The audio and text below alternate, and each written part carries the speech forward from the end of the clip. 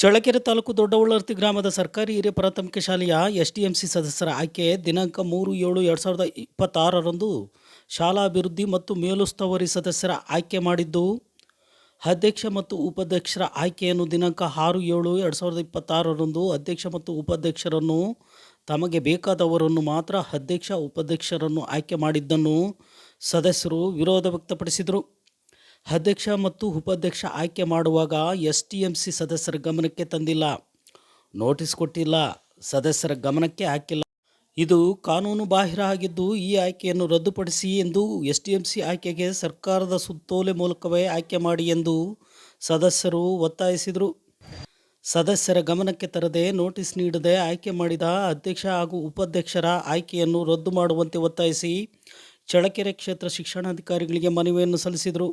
ಈ ಸಂದರ್ಭದಲ್ಲಿ ಎಸ್ಟಿಎಂಸಿ ಸದಸ್ಯರಾದ ಓಬಣ್ಣ, ಮಲ್ಲಿಕಾರ್ಜುನ, ಕರಿಗೌಡ, ಬೋರಣ್ಣ, ಚಂದ್ರಕಲಾ, ಬೋರಮ್ಮ ಇತರರು ಇದ್ದರು.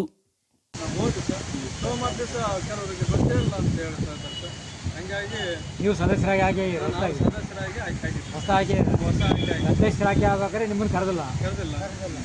ನಿಮ್ಮ ಗಮನ ತಿಳ್ದಲೇ ಎಷ್ಟು ಸದಸ್ಯರು ನಾವು 8 ಜನ ಗಮನ ಇಲ್ಲ. ಯಾವುದೇ ರೀತಿ ಕಾನೂನು ರೀತಿಯಲ್ಲಿ ಅವರು ನೋಟಿಸು ಆ ಥರ ಏನು ನಮಗೆ ಮಾಹಿತಿ ಇಲ್ಲ. ನಿಮ್ಮ ಹೆಸರು? ಸರ್, ನಮ್ಮ ಹೆಸರು ಕರೇಗೌಡ ಅಂತ. ನಿಮ್ಮ ಹೆಸರು? ಓಬಣ್ಣ ಅಂತ ಸರ್.